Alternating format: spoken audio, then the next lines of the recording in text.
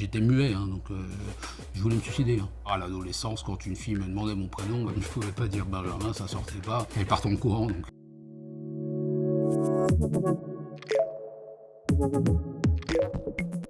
Bonjour, je m'appelle Benjamin, j'ai 45 ans, je suis archiviste chez PwC.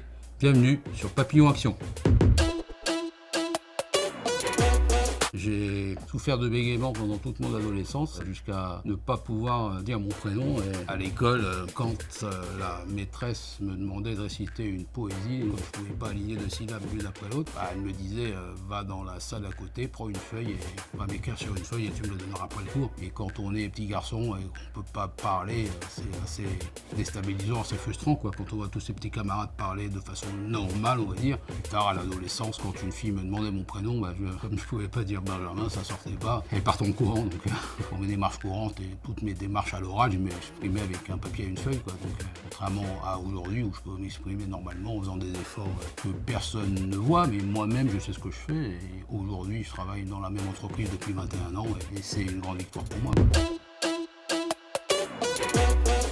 Passé mon entretien il y a 21 ans avec mon responsable d'aujourd'hui et en face de moi il y avait la DRH. J'arrive dans un très très grand bâtiment, j'étais intimidé, premier job, un bègue entre guillemets. À l'époque je bégayais plus qu'aujourd'hui, hein, bien sûr, et quand la DRH me dit allez présentez-vous, j'étais pas fier. Ça allait mais j'étais pas fier et le responsable de l'époque je pense m'a donné ma chance puisque je suis encore là 21 ans après. Donc, j'ai fait plusieurs métiers dans cette même entreprise, chez PwC. J'étais au service courrier, après j'ai fait de l'informatique par le biais de formation. J'étais au service reprographie et là je suis au service des archives depuis 1 an et demi. Tout le monde me connaît. Quand on n'a pas de mode d'emploi, on cherche à parler comme si on n'avait pas de problème et ça sort pas. On cherche à former ses mots avec sa bouche. Moi, là, ça sortait pas, quoi. Quand je voulais dire mon prénom, Benjamin, quand je voulais articuler le B, ça sortait pas. Et j'étais obligé de l'écrire la plupart du temps ou de l'épeler. B-E-N-J-A-M-I-N. Et on a les mains moites, le cœur qui bat à 150, on a pas mal de transpiration à la simple idée qu'on nous pose une question même. Hein. Et toute prise de parole est source d'appréhension.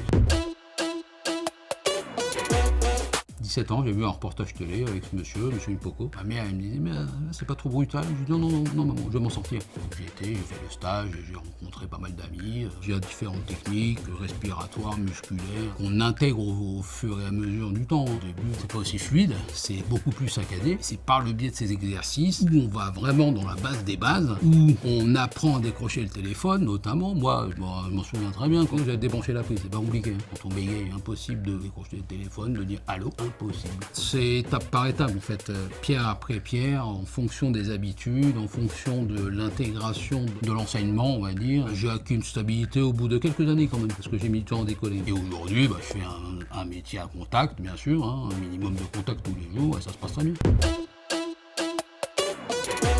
Avant chaque prise de parole, il faut, entre guillemets, respirer, se mettre à l'aise. C'est toute une histoire de confiance en soi. Et puis après, il y a tout un aspect musculaire. Par exemple, pour dire bonjour, c'est bonjour. Voilà. Et quand on intègre ça, quand on sait que la base, c'est ça, après on peut l'affiler, puis ça devient complètement intégré. La respiration, c'est important. Se mettre à l'aise avant chaque prise de parole, c'est très important. Toujours être prêt, en fait. Ne pas être pris au dépourvu si on vous pose une question, si quelqu'un vous interpelle, si vous avez une question à poser. Alors, je remercie au passage celui qui m'a sauvé la vie par son enseignement, monsieur Impoko.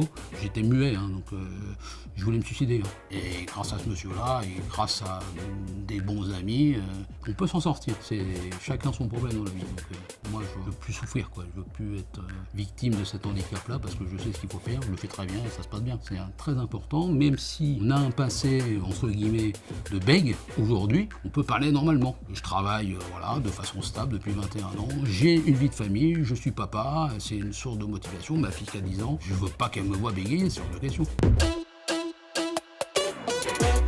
Même si on a bégayé au point d'être muet, comme c'était mon cas, on peut s'en sortir. Il n'y a pas de raison. Avec persévérance, la volonté, du travail, et ça marche.